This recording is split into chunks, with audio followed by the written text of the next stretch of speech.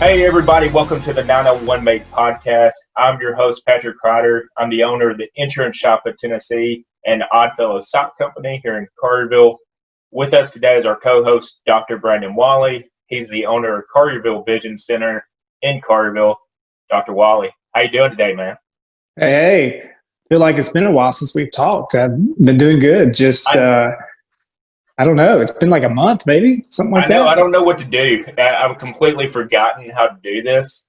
And so we got to get back in the swing of things. I think once the COVID stuff was actually good for us to some degree because we probably had a little bit more free time. And now that we're trying to play catch up, we've kind of let this slack a little bit. So we got to do a little bit better. But well, let me tell you about our guest today. He is the owner of the 50 here in Collierville, and it is interior goods at wholesale prices. And I'm definitely stealing that from their website.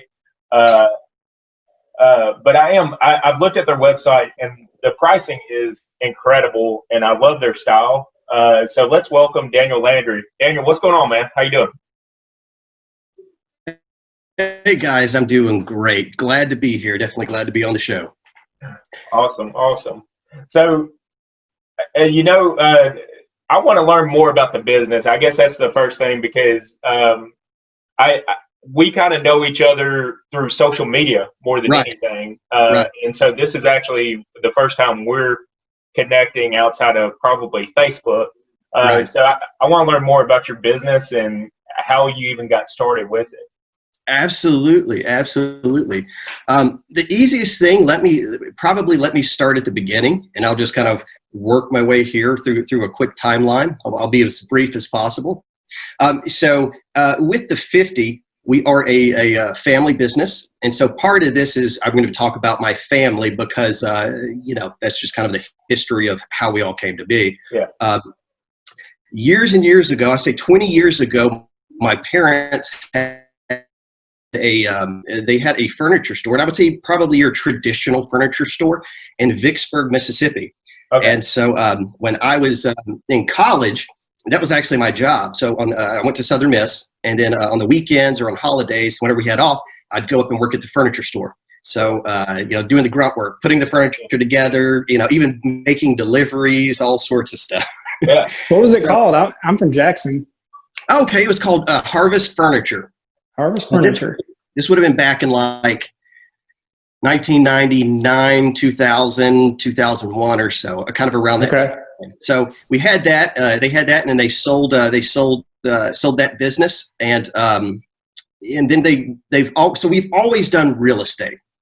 And I know furniture and real estate kind of two separate topics, but we've always done real estate. So my parents when I was growing up, we've always flipped houses. So whatever I was 11, 12 years old, whatever house we were working on, I'd go over there and put together ceiling fans or replace doorknobs or whatever, right? So they decided, after they sold the furniture store, they decided, you know what, let's do a fresh beginning. Let's jump into real estate like full time and really, instead of, looking at the investing side of it, let's go ahead and jump into it, into the residential sales side. And so they started for about 6 months practicing right there in Vicksburg, but they just, with a fresh start, they wanted something new. They wanted a new city. And so they used to vacation up here in Memphis, because Memphis is, I think, about 4.5 hours away from Vicksburg. So they used to vacation in Memphis and in Germantown. And basically, they just decided that. They were trying to think, Memphis, Nashville, St. Louis, and we just landed in Memphis. And so that was in the early 2000s. So at that time, I finally graduated college, 2003, with a business degree. And I thought, well, I can stay in Hattiesburg. I can go up to Jackson or maybe Vicksburg, but the largest city is probably Memphis, and I have a support system there, a brand new support system. So when I graduated college and moved, I basically moved straight into Memphis, and that was back in 2003. So moved here, and then we kind of all went into real estate for 20 years or so. We've sold real estate all through Memphis and North Mississippi, even Arkansas. And then And trust me, this makes sense. I'll transition over to furniture, and it'll come full circle. You'll see. But basically, my mother stepped into a broker role with a large REO company based out of Atlanta. Okay. So she kind of stepped into there, and that kind of took her out of standard real estate, more into kind of like a 9-to-5 job with them. And so at that time I started working with a hedge fund here in Memphis, and we bought about 2,000 homes. So I was analyzing homes all over Memphis, all over North Mississippi. Then we went over to Nashville. I opened up the Nashville market, since spent about 6 months over there doing all that. And and if I back up, part of whenever you're looking at real estate and when you're looking at homes, you go in there and you're seeing the way people decorate, right? You're seeing their furniture, you're seeing those different things. And so sometimes it's a good thing, sometimes that's a bad thing. Some people watch too much HGTV and then just go crazy. Yeah. So I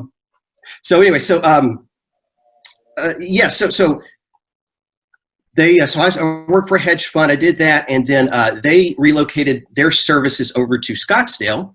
And then what happened after that is I ended up moving over to Atlanta and working for basically a big REO company out there out of Atlanta.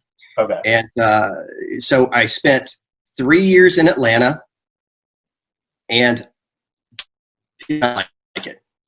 And that's probably a huge understatement. So I didn't like it. My wife didn't like it. It was just, people say the traffic, but you really don't understand the traffic until you live there.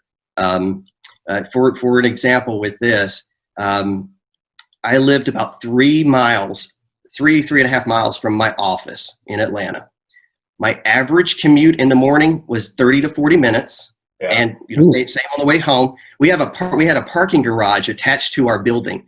At least twice a month, it would take 45 minutes just to get out of the parking garage, then drive the 3 miles home. And the 3-mile trek would generally be about an hour. So you're anywhere about, hour and a half to hour, 45 minutes to get out of a parking garage and go 3 miles. Yeah, that would drive me insane. I have patience for a lot of things, but traffic is not one of them. And me and Brandon both lived just outside of Nashville for a while, and I complain about that traffic, but it holds nothing compared to Atlanta. And I even remember going to like a Braves game, and our hotel was probably 3 minutes from the stadium, and it taking about an hour to get to the stadium or something. That's it, man. I mean, it's just there's so many people over there. If you want to run out on a, say, Tuesday night at 8 o'clock and run down the street to get something, well, you and 300 other people had that same idea. Yeah. So that's how it is. So long story short, I just did not like Atlanta, and we couldn't, and so I started looking for an opportunity to get back to Memphis. Well, actually, if I step back, I was looking for an opportunity just to go somewhere else. We have some family in Nashville. We were looking at Nashville, and that was I was kind of leaning that way, myself and my wife. And by chance, we just came. It was kind of around Thanksgiving, and so we came back over here to Memphis with my family to meet my family here for Thanksgiving. And man, when we took the Memphis exit, it was just like driving up our driveway. You know what I mean? It felt like we were back home where we were supposed to be. Yeah. So when that happened, Nashville, any other city we were thinking about, we just scratched that off the list. And, Memphis, specifically Collierville, was where we wanted to, come back to. So we've been back here about 3 years. And, so I will, like you said, I'll never complain about traffic here. So that has, that's a silver lining, I guess, when I come back to Memphis. But that was the whole thing. When we came back here, it truly felt like we were coming back home. I proposed to my wife in the Collierville gazebo thing there. Yeah. I mean, just like that stuff. It has so many personal memories for us. I have a 7-year-old son, or my wife and I, we have a 7-year-old son. I want him to experience what Collierville has in that small town, rich life, mixed with, the amenities of a larger city. So that's, so we didn't just land in Collierville by chance. We specifically came back to Collierville from Atlanta and I wanted my son here. And so that's kind of where we're at. That's how we got back here. Now, over outside of Atlanta, there was a store, there was a furniture store. And this is how I'm going to tie it back in the furniture. So there was a furniture store outside of Atlanta, and they were very unique. they would get in, they got in shipments, and they would sell it for half the price of retail. And they were doing a couple of auctions, just online auctions and stuff like that. So we went up there and kind of befriended them a little bit and spoke with them about their business. And basically we decided to kind of mirror some key elements of that, but take it 2 or 3 steps further than what they were doing. Yeah. And so that's whenever we started the 50. And the 50, we were trying to name it, trying to think of a good name. And I thought, well, let's just put it out there and be as plain as possible. It's 50% of retail cost. So let's just call it the 50. So I was wondering where that came from. Because honestly, when I first saw the company name and all that, you have no clue what it is at first. But but yeah, that's awesome. That's I didn't put 2 and 2 together, so I'm a little bit slow. I like your logo. The logo's cool with the background and everything. The chair, I guess. Absolutely. So, and that's something kind of interesting. But so I'm in the process of revamping my logo. So that logo right there that you see, that will become my main logo. Okay. This logo, let me see if you can see this logo here. We'll still utilize that, and it'll make a little more sense when I talk about it, kind of our programs. And you'll see I'm kind of branding a couple of separate things within our business. So the logo. So this written logo is going to define a specific product, and then my chair logo is going to define some other items. So I'll jump into that, I guess, next. You have any other questions? Sorry. Yeah, go for it. I've got questions, but I'll let you just keep going trucking, because I'll just get my questions at the end or something. Yeah, man, there we go. Well, you can probably tell we've been isolated and with the Corona stuff, because I am just talking nonstop. It's like you're pent up and you finally get someone to talk to, you just let it all out. Hey, I'd much rather have this than the opposite, where we ask a question and you say yes. And that's all we get out of you. I've been there too. I've been on the other side of that. Oh, man.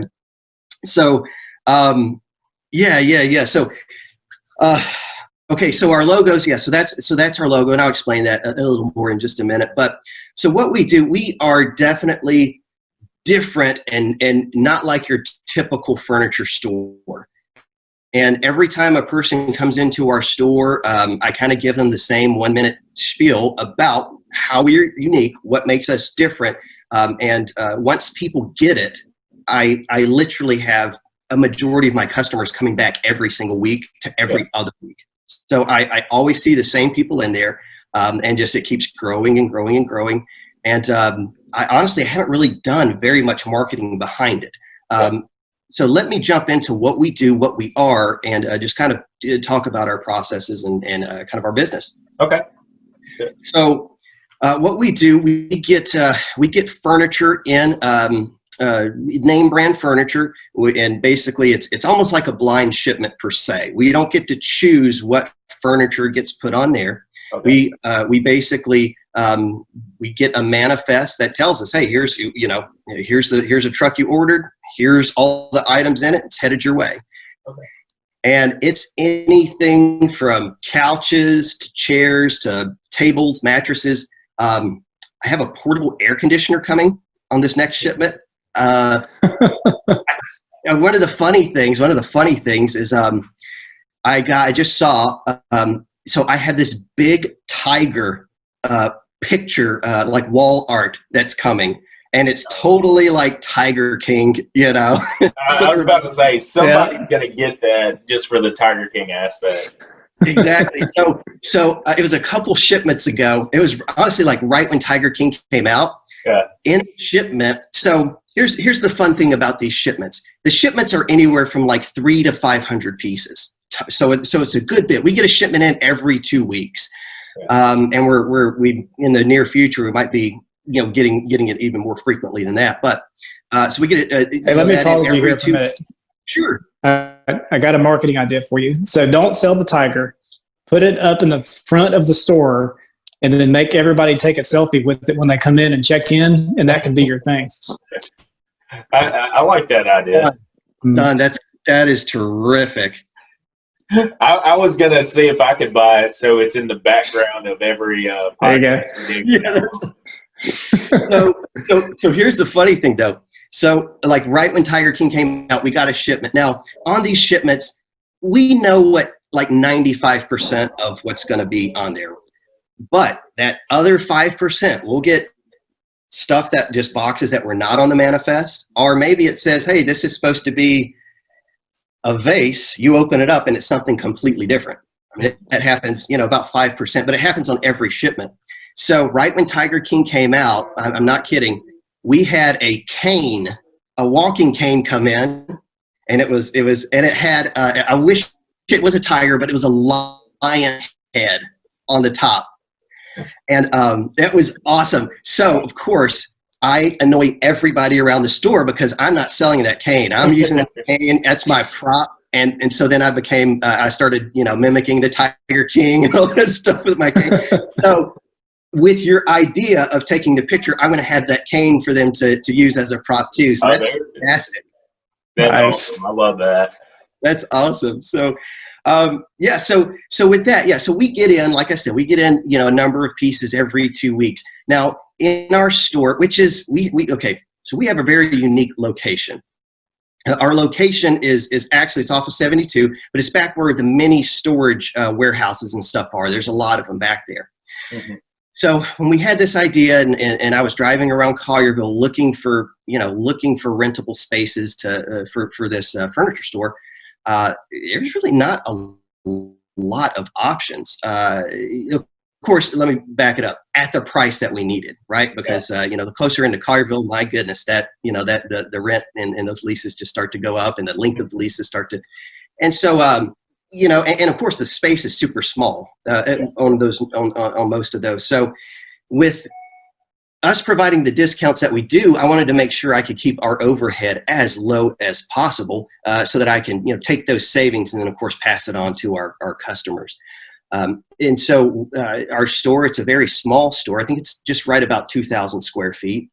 Okay. We can only fit like maybe 40% of our stuff in there, maybe not even 40%, maybe 30% of our furniture inside the store.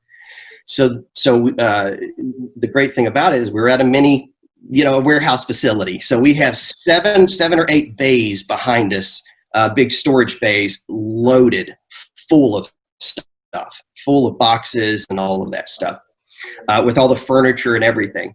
And so, and then I have an auction bay, and I'll talk about my auction bay in a minute.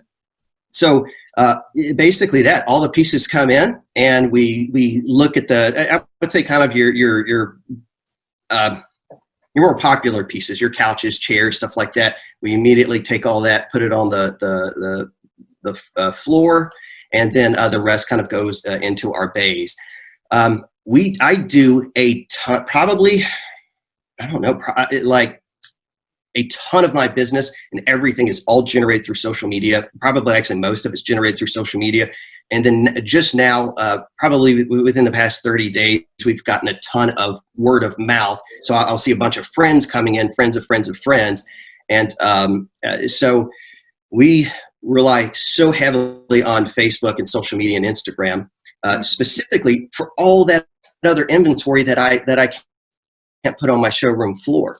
Yeah. So what I do is I take all of that inventory, and there's stock photos and stuff online. We get all that stuff, and that's what I begin to put out on my in our Facebook group. And so I'll put all that stuff out and just let the people, because that's the easiest way for me to take 500 items and just dump it out there and say, hey guys, here it is, take a look. And once that happens, for instance, I just released a manifest today, and my phone is blowing up with everybody claiming pieces and all of that stuff. So that's kind of how that generally works from a 30,000 foot view, right? I market and talk with most of my customers and sell most everything through social media. And now I say that we do have a store. Obviously, we have a storefront. Everybody's welcome. We're back open now. We're running our regular hours. Of course, we're being safe with social distancing and with the masks, and we clean everything. So, so we're open. But the majority of stuff we do is all online. And, that's kind of the current process. What I wanted to do, since this is such just a unique model, because it's not like you get one couch in, or, it's not like you get, say, 3 couches in. Once you sell them, you get 3 more of those same couches in. And this is like 500 new items, completely different every shipment. Yeah. So it really is like doing a full re-inventory, just processing an entirely new shipment. And with that, it's just about just churning it to clear it out for the next shipment in 2 weeks. But it's funny, I guess, kind of the way that your process works, because I mean, the stuff that I've seen online is awesome stuff. It's not like it's the thrown away stuff or anything like that. It's awesome looking stuff. And I was actually, one of the things I was going to ask you initially was, I thought it was open to the public, but I was like, is this something that's more geared towards like interior designers where they can do this stuff at a cheaper cost or whatever and take that, those savings to their clients or something like that? But it doesn't appear that's the case, even though that may be part of what the business is. But right. So this next part is really, I feel, what sets us apart from other furniture stores and what makes us kind of unique. Well, one is the fact that we usually don't get the same thing in. We just get a whole new shipment in of random stuff. So that, that already sets us apart. But the other thing is, so we work with a lot of interior designers. A lot of them send their clients over. We work with a lot of realtors. We work with a ton of Airbnbs. As a matter of fact, we just got this big Airbnb project in downtown Memphis that we'll be working on through definitely through next year. But like that, we get a ton of people who've just bought a new home and now they've upsized or they want to, swap out all their furniture. Right now, college kids. So the kids and their moms come in and because we have shower curtains, shower caddies. I mean, we just have like everything. We have toasters, kitchen stuff, dishes, just kind of the full gambit of those different products and everything for the house. So what really kind of makes us unique is that we are a membership. Okay. And this is what a lot of people get, I would say, confused at. We're a membership, but we're like Kroger, right? You know how you have your Kroger card? Yeah. Anybody can go into Kroger, whether or not they're a member or not. But if you're a member, you're going to save a couple of cents off of whatever, food that you're buying, right? Right. Makes sense? Costco, you can't get into Costco or Sam's unless you have that card. Yeah. So we are not like Costco at all. And that's what that's kind of one of the main things I want, you can have a membership. You don't have to have a membership. You can just come and buy and shop and just like a regular store. But the membership has a ton of bells and whistles, and I feel like it's super affordable. So, most of the people that come in there kind of see it as a no-brainer, and they just end up getting, buying the membership. Right. So let me jump into that because these are kind of the unique things. And here's the other thing. When I was in Atlanta, that job that I had, I was an operations manager of that REO brokerage. We covered the whole nation, and we sold like 30,000 homes a year with 30 brokers. So we had 30 brokers managing the entire U.S., including Alaska, Hawaii, everything. Yeah. And so with that, it was all about processes. I had to make sure our processes and everything were in place for all of the states every year. So they're updating new state laws and regulations and stuff. So all of that, I think that really laid a great foundation for me with processing and the ways to scale up. Because obviously, if a state puts in some new law or rule that maybe required another signature or something like that, I had to find out how can we what can we implement? How can we scale it up to do 30,000 homes a year? So those ideas and those principles, I've pulled that into the furniture store. My history of real estate, I've pulled that into my furniture store here. And what I say is, I'm really not interested in just someone just coming to buy a couch or just buy one thing. That's why I say most of my clients, when they get in there, we become almost like a family, like a community. And that's why I say they come back, they stop in, and I see people week after week, the same people week after week. I know most of them by name now. Mm-hmm. And and so it's awesome. It's wonderful. So I really love our clientele base. But so to step back to the membership. So the membership's $25 for the year. Okay, $25 for the year, right? Super affordable. I'm not saying it's $100, $25 for the year. What that does is, and this is a great example. This is actually great timing. I have a truck right now. My next shipment gets in tomorrow morning. So I have a truck right now, and it's on its way here with all of our stuff. It's on its way to Memphis. The manifest that they gave me, I take that manifest and I put it in an online spreadsheet. So in that spreadsheet, I put pictures of the products. I even put a link to where you can find it on the internet, check out the prices, and then I put, the description, size, and stuff, and then of course our pricing. Yeah. So that manifest, it's online. It's almost like a Google Doc type program, and it updates in real time. So if I sell something, it falls off of that sheet. So our members get direct access to that manifest. And what that manifest is it's actually our entire inventory. So I just let them have access to that, and they will. So when so right now, the truck's on its way here. My members go ahead and start claiming all the items that they want. Yeah. So tomorrow when my truck gets here, 10 to 15% of that load is actually already claimed, pre-sold basically. Yeah. What I do is when I pull the items off the truck, I go ahead and we open up the boxes. So we assemble furniture too. I know that's different than some of the other stores. I want to assemble it because one, I've been assembling furniture for years. I'm a pro. But two, I want to make sure it's done right. I want to make sure it's not damaged when someone tries to assemble it and break something, or I want to make sure it's done right. And two, just the customers love that, because it's something they don't have to do. The husbands especially love that. That's another project for them.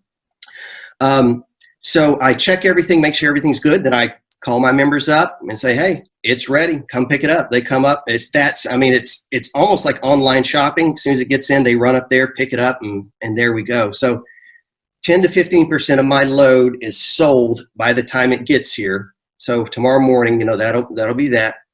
A couple of days after that, I take everything and I drop it into, or the remaining items, I take that and drop that into my Facebook group. Okay, so I have a Facebook page, I have an Instagram page, and I have a Facebook group. Okay. What I tell everybody is go to the group. My pages are really kind of advertising more so. My group is like, it's a private group. Anybody, I let anybody join. But what that does is I want to build my own community. Yeah. I want to have, and so everything in there is just my community. It's all of us. So I dump all the other items in there. Then probably 30 to 40% of that gets sold right out of my group right there. And then 2 to 3 days after that, I open it up to the public. And that's when I launch it out on Marketplace and, wherever else. Yeah. So my member for $25 a year, one of the first things you get is priority shopping. I give you, you get direct access to our inventory and priority shopping on, on all these items. So most people jump on it just for that. Yeah. The other thing, the 50% pricing that we have, that right now everybody's getting that. That's member pricing is what I call it. Everybody's getting that. And one is just, since we're open and new, I want to do that. But two, with Corona and everything, I'm just leaving it. This fall is whenever I'll switch that over. So the members will get the 50% pricing that we do now. Non-members, they'll get, instead of a 50% discount, they'll get a 35% discount, right? So still a good discount for retail furniture, but just not as good as a member. Yeah. And of course, you come in there like today. Earlier today, I sold a $400 recliner, sold it for $200. Brand new. It actually vibrated, and it was a lift recliner. And so it was an older couple that bought it. Works great for them. But that's the thing, $400. They were to go to a store and buy that exact thing. $400. I'm giving it for $2. And the other thing is, I know they're going to be back. I know I'm going to get more business and everything from them.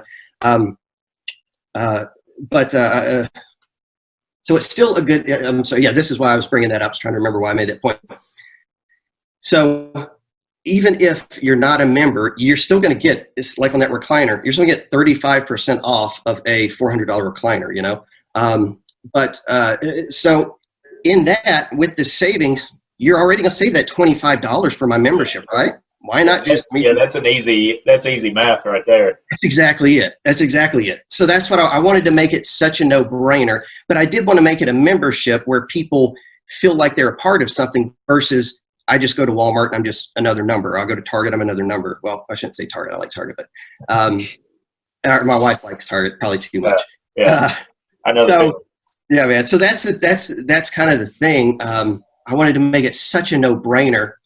So the membership gets you, so you get your priority shopping, you know, while the truck's on its way here. You get the 50% pricing. Other thing that you get, let's talk about priority claiming. And y'all have been in those other groups on Facebook, those sale groups, you know, Collierville Resale or some of those other things. And so an item will go on there and someone will jump on and say want, you know, and that's how they're claiming their item. Our members can go on there, and if someone says want and they're not a member, and then our members go underneath them and say want-member, they get to jump up over the top of it. So I call that priority claiming. So, you know, all of this is all packed into that $25. And then auctions. So we do monthly auctions. And what that is like I said, I have a lot of pieces, and we got a lot of smaller pieces too, a lot of bathroom stuff and different stuff. Some of those things, it's just, you know, do I need to spend 10 to 15 minutes marketing this little glass that I'm going to sell for $5, or do I need to, you know, spend more time on that recliner that I'm going to sell for $200? You know, so with so many items and just such a small amount of time, we take a lot of those smaller items. But then also some of the other things that we get, and we put all of those into our auction bay. What I do with the auctions, once a month, I hold an online auction in our Facebook group. And so, and just for disclaimer, everything's in our Facebook group. I put everything in there because I want to drive everybody to our Facebook group. Yeah. So we have our auctions in our Facebook group, and I'll put anywhere from 75 items to, you know, 150 items. This one's going to be a huge one. It'll probably have closer to 300 items, and I'm going to start that this next week. And with that, it's online. It's in my Facebook group. Most of the bidding starts at 50 cents, and it goes from there, man. I have chairs. A lot of it is like, you know, maybe we'll get like 2 bar stools or maybe 1 bar stool. Everybody needs 2 or 4, you know? Yeah. So just the singles, it's like, man, it's kind of hard to sell. So some of those I'll throw in there. $80, $90, $100 bar stools, people grab it at the auction for $15, $20. And awesome. So, yeah, so it's one of those things where people are like, really? Like, yeah, it's okay. We're financially, we're doing fine. I'm meeting all my numbers. You know, what I do is we're you know, with that, we really pay attention to our numbers, our overhead and all that, so that we can continue, I would just say, like, being a blessing really is what I feel like it is to the customers and the clients and everybody out there by providing them quality furniture at prices that I find reasonable. Because that's one of the things. I'm one of those guys that I'll look at something like, oh man, I can build that for half the cost, you know? Yeah. That's my problem. And my wife's like, no, it's well worth the $2,000. And I'm like, I wouldn't pay $200 for it. So a lot of these things, you know, we'll price at half price, and some of them I price it where I feel, and like today I priced a couple things actually lower than 50%, just because I felt like if I won't pay that, I don't think other people should. And so anyway, so we have our auctions, and right now our auctions are open to everybody. They run for about a week. And so they run, and everything's online in our Facebook group. So people love that. They'll just sit on their couch and just start bidding just right off their phone. So the auctions are a big hit. Like I said, we'll have our auction this next week. They run for 4 or 5 days, so everybody has plenty of time to get in there and look at all the items and make their bids. And so we do that once a month, and that's a really big thing. That's a really big draw. And so that's kind of our current model right now. So we have the membership, which, you know, gets you the priority shopping, priority claiming. In the future, I will lock down the auctions to members. That'll probably be the end of this year or so. But you know, so you'll have access to the auctions. Some fun things that I do in our group as well. I do. So there's a little story with this one. And so my 7-year-old son, this is a few months ago, he was on his iPad, you know, watching the kids Netflix, and he came across Pee Wee Herman. Yeah, yeah, I saw that was right? On there. Exactly. I didn't even know he was on there. So my son was like, he started watching it, and he's like, "This guy is weird. Like, what is this?" And I'm like, "Buddy, Daddy, I used to watch it when I was your age. We didn't have that many shows like what you have now. So, like, we just had to watch what we had." But what was so funny, so I watched that first episode with him, and I forgot, completely forgot he did, Herman does a secret word. And, you know, everybody goes crazy whenever you say whatever secret word is. So that next weekend, I got online in my group, and I did a Facebook Live video, and I said, "Hey, whoever, I'm going to do a secret word this weekend. Secret word is 5.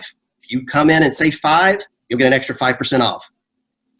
I didn't think much of it.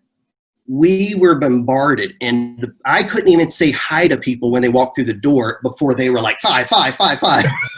So I was like, wow, this is great. This is, you know, and the feedback and response that I heard from everybody was just terrific. It was just something fun, something different. It's not a coupon. It's just, you know, it's something fun when you come in. Another thing I did kind of similar to that was, it was back when it was Read Across America. And so what I did was say, if you come in and tell me your favorite book to read, or favorite book to read to your child or grandchild, you come in and tell me that, you 5% off. And so a lot of these things will actually run with sales with some other stuff. And so like that 5, the Pee Wee Herman 5, I ran a 25% off sale. People came in, said 5, went up to 30%. So, you know, we do a lot of fun stuff like that. Just trying to make it interesting, trying to connect with the people, and more so than just be a static storefront where people just come in, buy something, and leave without any human interaction and connection. And so that's that. We outgrew our space in the first week. And that's a common question I get. When are you guys moving to somewhere bigger? When, you know, and we are, you know, we're always looking, but, you know, that's just one of the things, is that I want to be able to keep our overhead, keep everything where it is, so that we can just keep passing those savings and deals and blessings and everything to our customers and clients and stuff. Awesome. I love the model, and I love a lot of the things that you're doing. I love the idea of the Facebook group. I wish I could do like an insurance Facebook group, but that would just completely bore everybody to death. So I don't think I can jump on board with that one. But those are awesome ideas, and it's weird because and maybe I'm completely off, but I don't see like your competition being the typical furniture store. I think you're just completely. It's almost was it blue ocean strategy or something? You're just something completely different. Right. You know, the fun thing is, I actually work with other furniture stores. If they're looking for people, I send them to them, you know, for certain, you know, items that I don't carry. They do the same. You know, it's almost like, sure, we're all furniture, but we're different enough where we can be some kind of a partnership versus competition. Gotcha. Man, I had a ton of questions initially, but I feel like you've gone through a lot of it. This is just random. This doesn't have much to do with it, but you said scaling up a couple of times. Have you ever read that book? I haven't. I'm in the process of reading it. That's why I was asking. I was like, how big of a coincidence is that? Hey man, it's, you know, that's it. Yeah, no, I have several books on my list that I need to read, but yeah, that scaling up is one of them. Well, I've got 2 things here. So Number one, I think I could pull this off with glasses. If I could find a source of old glasses, I could maybe like have people come in and be like, all right, well, these are the glasses for this week, and maybe get a little buzz with that. So we'll see. And number two, I'm going to hire you to come like market my business because like you've got some awesome ideas. So you ever need a job for that, just let me know. Well, oh, perfect. Yeah. I'm about to get on TikTok, and when I told my 7-year-old, he begged me not to. He is begging me not to get on TikTok, but I told him I won't be crazy. I won't do any of that stuff. But one of the fun things, like I mentioned earlier, is just unboxing stuff. You unbox it, and it's truly, you never know what you're going to get, like that Tiger King cane that I got. Or, dude, we just get all different stuff. And so that's kind of my next step, going into TikTok and, just those short videos. And of course, I'll share it on Facebook and Instagram as well. But doing those little short unboxing videos, just seeing what's up. And it's just, I don't know. I like it. It's always interesting. And so I thought if I like it, someone else might like it too. So we're getting on there, and I'll just have to see how my 7-year-old reacts to it. I'm on there just because like the Gary V's of the world and all that. I love Gary V, man. Yeah, swear by it. So I'm on it, and I'm not doing any dance videos or anything like that, but I'll put videos of the kids or something like that. We'll try to make something funny every now and then. You had a good one a while back with the school lunch. That was a pretty good one. The school lunch? Oh, yeah. I forgot about that one. Yeah.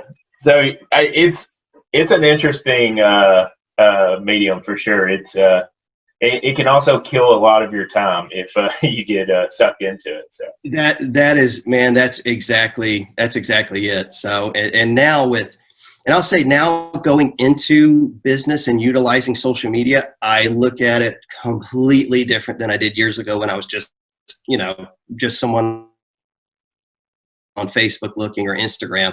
Now it actually feels more like it's business. So when Facebook pops up, I'm like, okay, what business is it? So yeah. So on kind of the business side of it, because the different things that we try to do on this is, we want to spotlight your business, a locally owned business. We want to put a spotlight on it.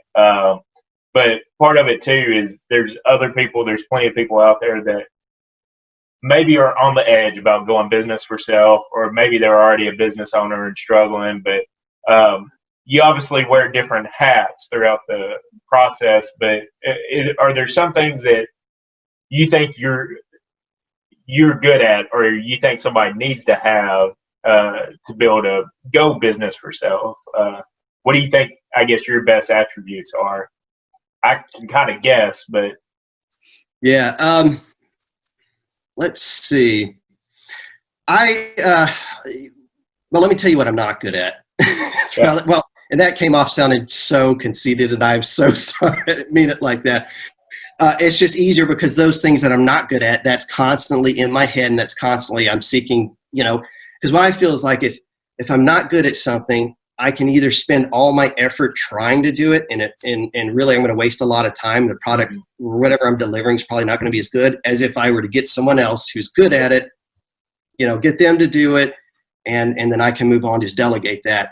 That's a lot of what I'm trying to do now. The model, it's really so to scale up. So here, sorry, I got like 100 things running through my mind, and I'm trying to filter it to give you a quick response or a direct response. Marketing, although it seems like I'm doing a lot, I feel like I'm barely scratching the barrel from what I really want to do. Yeah. And part of that is during the day, I can't stop and post stuff because I'm just running. Mm-hmm. And I want stuff to be posted consistently. Honestly, what I almost wanted to do is almost turn it into like a live feed. Like I want that much interaction with my customers and in my group, to where they're constantly. And now, I mean, I have people coming to the store just look directly for me. They'll walk past my parents and everybody else. They see me just because they recognize me from the videos, and then they'll just deal with me on whatever. So my marketing piece is actually one that I think is going good, but I'm this week into next week, I'm actually like, I'm putting my foot on the gas pedal, and we are moving forward with a lot of marketing stuff with social media and different things. Yeah. Everything I'm doing is social media. I'm not going to do I'm not going to do mailers. I'm not going to do that stuff. I mean, a lot of that stuff I've done, from real estate, 20 years of it, man. We've done mailers, we've door knocked, we've done, we've beaten, any type of marketing strategy, most realtors have tried. Yeah. So using my experience and the different things from there is kind of how I approach this in my marketing and all that stuff. Are you doing anything? Yes. So social media, one of the things. Sorry, it kind of cut out there for a second. I was going to ask if you were doing anything. Just now hearing. I'm sorry. Go ahead. Sorry. No, I was just saying it did cut out, but I can hear you now. Okay. Now, I was just going to ask, so you've got a very visual product. So obviously Facebook and Instagram are probably two of the big ones. Are you looking at anything with, or do you do anything with like YouTube, or is SEO even something that you consider, or is it more because of the visual component of what you do, it's more the Facebook and Instagram? Right. So, so most of it, and like I do appreciate SEO, and I completely value that. I understand where SEO, plays its role in advertising, and especially social media and the internet.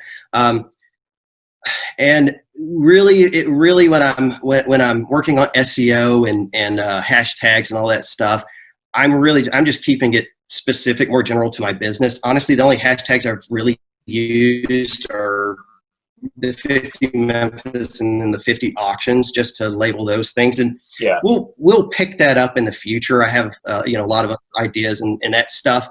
But if most of my stuff's only there a week. If I spend time trying to SEO a couch or trying to add all that in, it's going to be gone. Yeah. So I'd rather just spend it on either advertising and spending it on the business or on the auctions.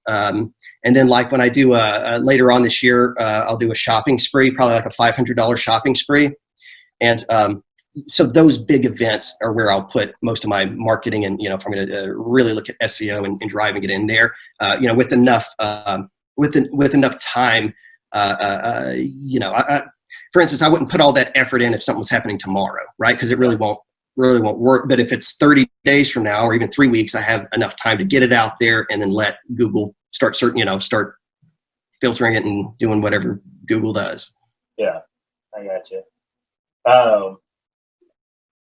Anything like, are there any things that, and this may be kind of piggybacking off what we had just said, but are there struggles, like things that you didn't kind of anticipate with starting the business that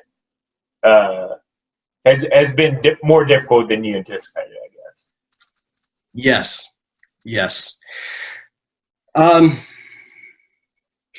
first thing that caught me off guard was honestly was whenever my first shipment came in, and I was thinking everything was going to fit in my little building, and found out that it didn't. And so honestly, from day one, we've just been on our toes, pivoting with stuff as we've had to pivot.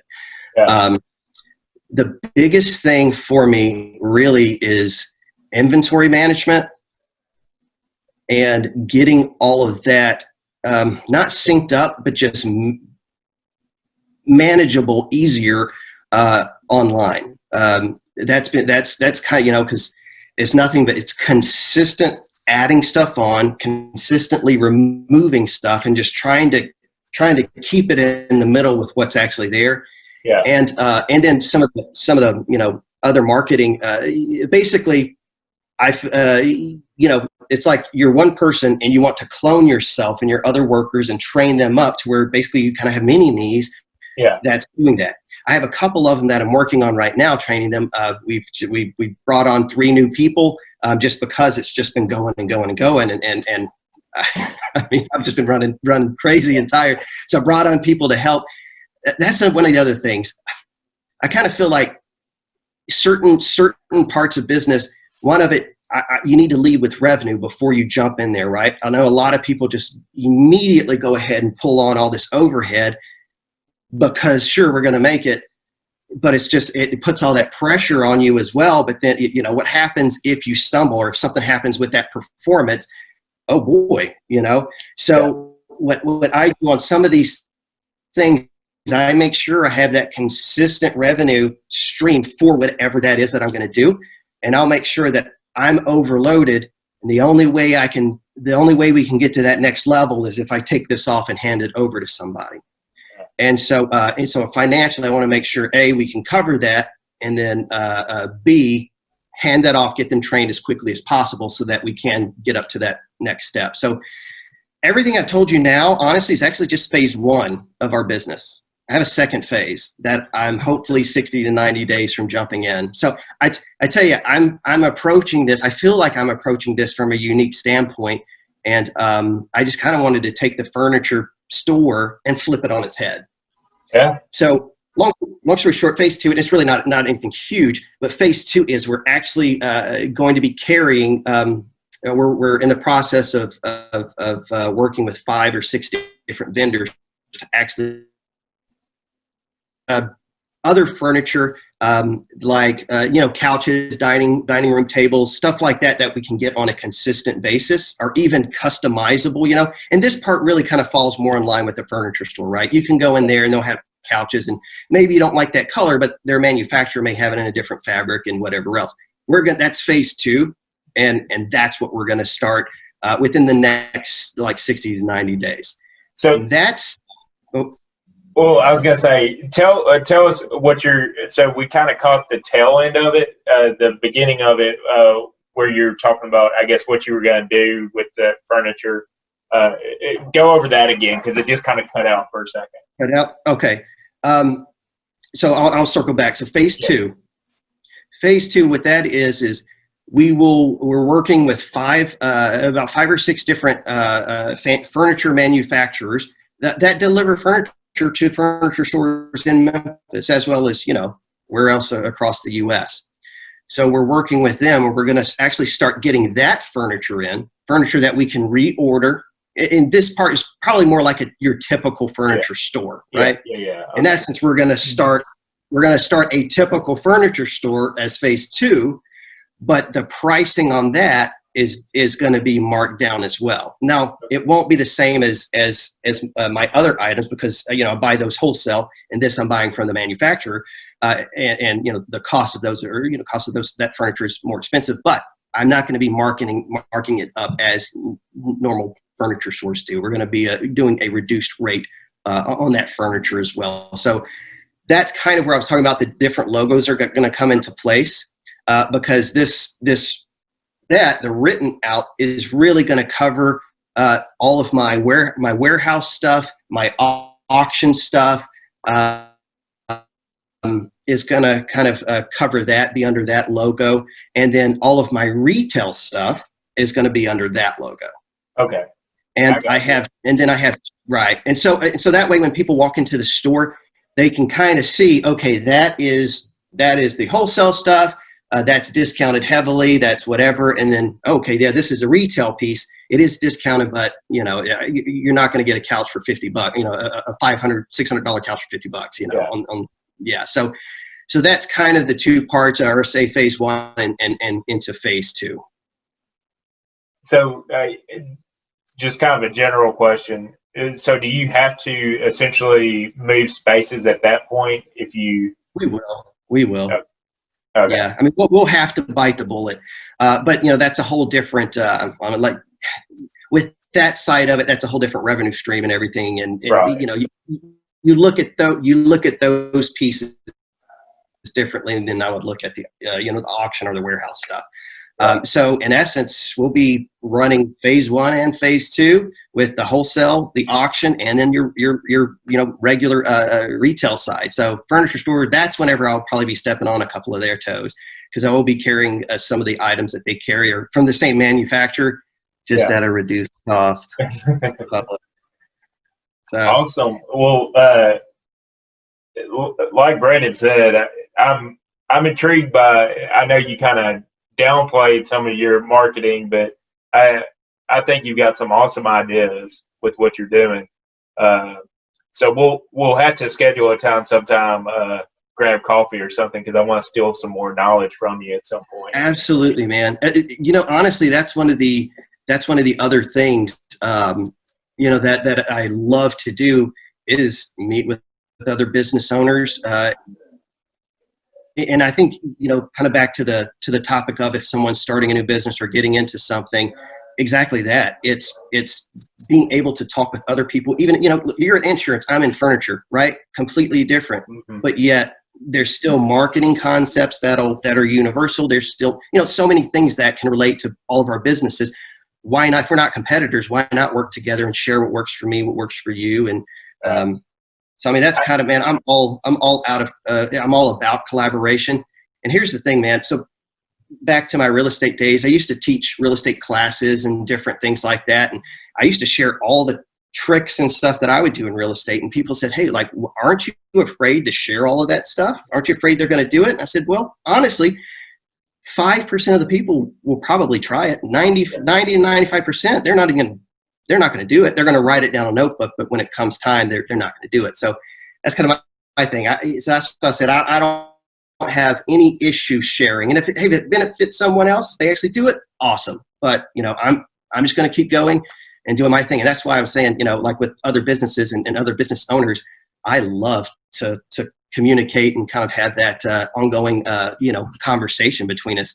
And that's the key, ongoing, because what works this month may not work next month, and so if we can just kind of work together, hold each other accountable on different things, and just, I think that's just awesome. And honestly, that's one of the things why I wanted to be on your program here, because we are Collierville. We are kind of, centralized here. And I hate when businesses leave Collierville, I hate to drive out of Collierville that I have to go into Memphis to do something.